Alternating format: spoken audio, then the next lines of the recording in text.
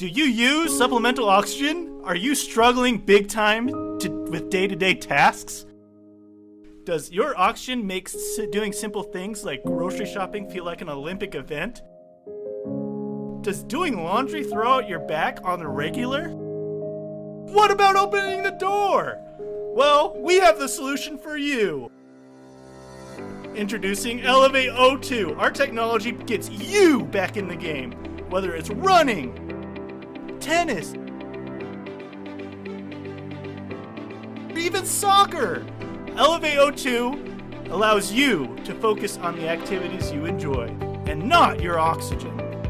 We're here to give you back your freedom. Freedom.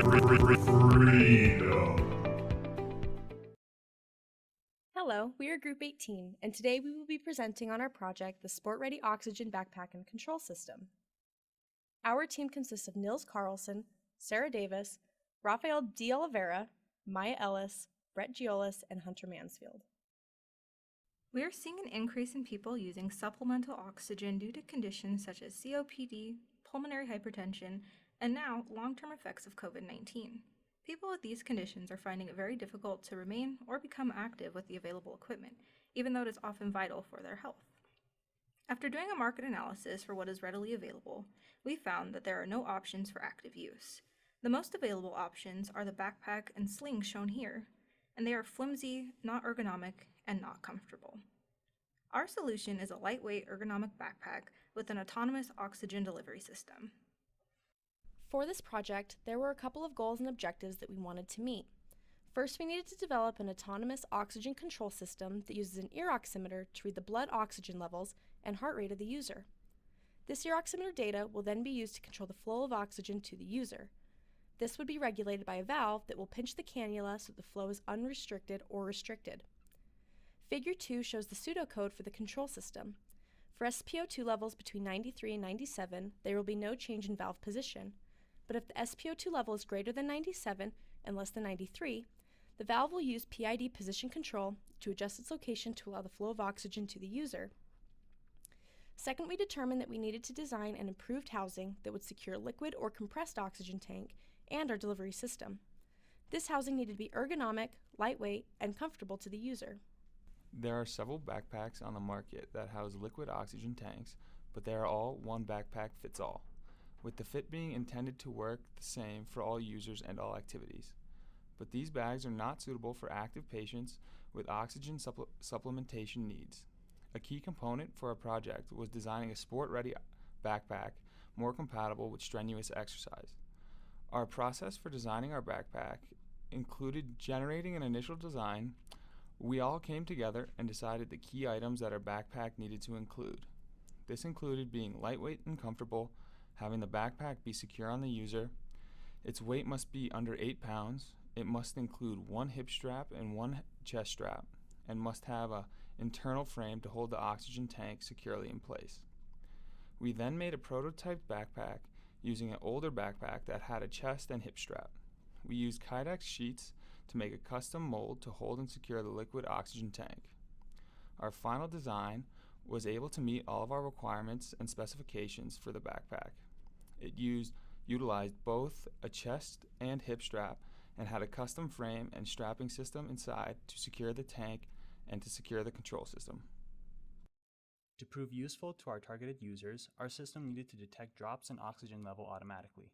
We decided to accomplish this through the use of a SparkFun ear oximeter. This oximeter requires adequate pressure to function. Because of this, we were tasked with developing an earpiece that houses the sensor and keeps it securely on the ear during physical activity without crushing capillaries and causing inadequate or inaccurate readings. The earpiece design we decided on uses a standard clipping mechanism using a 0.61 inch-pound torque spring. This provides the desired pressure, and combined with moleskin on the earpiece provides a comfortable fit for the user. The earpiece housing was designed in SolidWorks and then 3D printed. The finished earpiece houses the SparkFun sensor so our system can accurately provide heart rate and oxygen saturation levels. We next designed an autonomous control system that allows the user to exercise without needing to manually adjust their oxygen flow. Currently, users are having to adjust the flow via a knob on the tank, requiring them to remove the backpack whenever a different oxygen flow rate is needed. If you're in the middle of a tennis point or a weightlifting set, this maneuver is not possible and potentially dangerous. Our goal was to tune a PID control system to retain user SpO2 concentration above 90%. The input to our control system is SpO2, as measured by a non-invasive wearable pulse oximeter. SpO2 measurements feed into the PID control system, which controls the opening of a pinch valve. All this is accomplished with an Arduino microcontroller.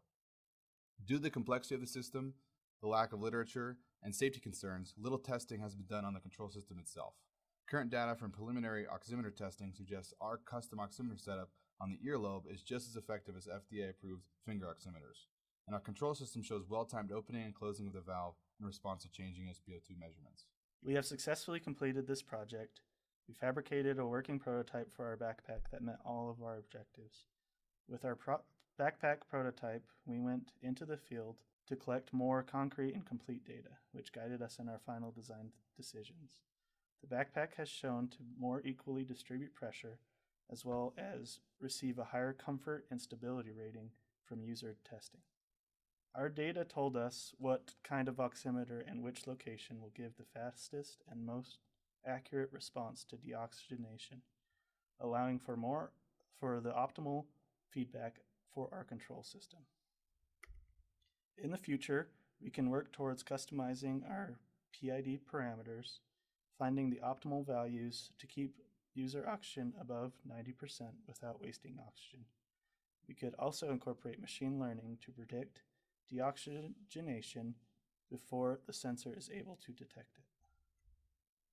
Now that we have a working prototype including our finalized active backpack and a housing for the electronics and control system, we have a good base for continued development. This continued development could include implementing machine learning, upgrading to a watertight enclosure, and gathering more data on oxygen preservation for the tuning of our control system. Here we have our external components. First, we have our LCD screen that will display the heart rate and SpO2 levels.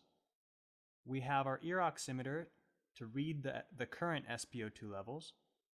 And we have our cannula that will provide our patients with oxygen. Here we have the internal components of our final prototype. We have our main electrical components and the acrylic casing that latches closed.